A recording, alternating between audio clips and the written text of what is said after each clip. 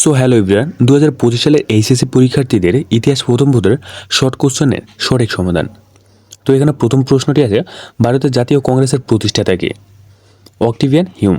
এবং 2 নম্বর একটা উদ্দীপক রয়েছে, এবং 2 নম্বর প্রশ্ন হলো উদ্দীপকের সাথে উপমহাদেশের কোন ঘটনার সাদৃশ্য রয়েছে? এটা হবে বঙ্গভঙ্গ। এবং 3 নম্বর প্রশ্ন, উক্ত পরিকল্পনাটি রদ হওয়ার মূল কারণ কোনটি? এখানে তিনটাই হবে, মানে বড় গ। এবং 4 নম্বর প্রশ্ন হলো মুসলিম লীগ গঠনের উদ্দেশ্য কী ছিল? এখানে হবে ছোট গ। মুসলমানদের ঐক্যবদ্ধ করা এবং ব্রিটিশদের বিরুদ্ধে আন্দোলন করা। এবং 5 নম্বর হলো লক্ষ্য চুক্তি কত সালে স্বাক্ষরিত হয়? 1916 সালে। এবং 6 নম্বর হলো সাইমন কমিশনে ভারত কী ধরনের রাষ্ট্র গঠন সুপারিশ করা হয়? এটা হবে যুক্তরাষ্ট্র। এবং 7 নম্বর প্রশ্ন হলো 1946 সালে গঠিত মন্ত্রী মিশনের সদস্য কতজন ছিল? এটা হবে 3 জন। এবং 8 নম্বর হলো 1947 সালে ভারত ও স্বাধীনতার আইন অনুসারে, এখানে তিনটাই হবে, অর্থাৎ বড় গ। এবং 9 নম্বরে আমার ভাইয়ের রক্ত রাঙানো গানটির রচয়িতাকে? আব্দুল গাপ্পার চৌধুরী, মানে বড় গ। এবং 10 নম্বর প্রশ্ন হলো ছয়দেব কর্মসূচির মাধ্যমে যে বেগবান হয় স্বাধীনতার আন্দোলন। এবং এরপর একটা উদ্দীপক আছে। এবং 11 নম্বর প্রশ্ন হলো উদ্দীপকের ঘটনা তোমার পাঠ্য বইয়ের কোন আন্দোলনের সাথে সাদৃশ্যপূর্ণ? এটা হলো 69 গণ অভ্যুত্থান হবে। এবং 12 নম্বর হলো এখানে তিনটাই হবে ক খ গ, এই জন্য বড় গ হবে অ্যান্সার। এবং 13 নম্বর প্রশ্ন হলো 1970 সালের নির্বাচনে জাতীয় পরিষদে মোট কতটি আসন সংখ্যা ছিল? 315টি। এটা হবে বড় গ। এবং 14 নম্বর অপারেশন সার্চলাইট বলতে কি বোঝায়? এটা হবে মুক্তিযুদ্ধের শুরুতে পাকিস্তান বাহিনীদের হত্যাকাণ্ড। এবং এরপর আরেকটা উদ্দীপক আছে।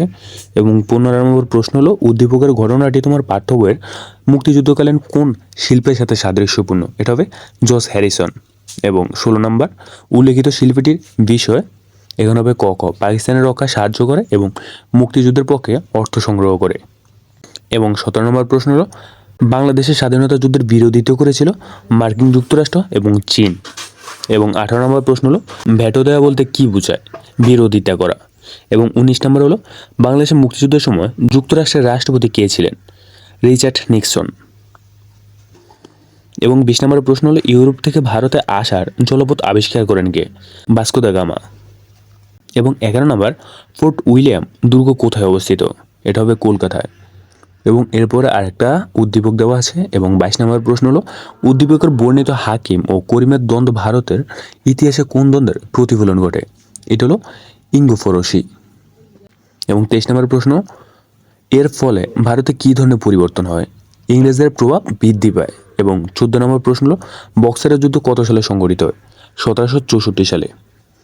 এবং এরপরে আরেকটা উদ্দীপক দেওয়া আছে। এবং 25 নম্বর প্রশ্ন হলো রাসেলপুর গ্রামের শাসন ক্ষমতা ভাগের সাথে বাংলার কোন শাসন ব্যবস্থার মিল রয়েছে?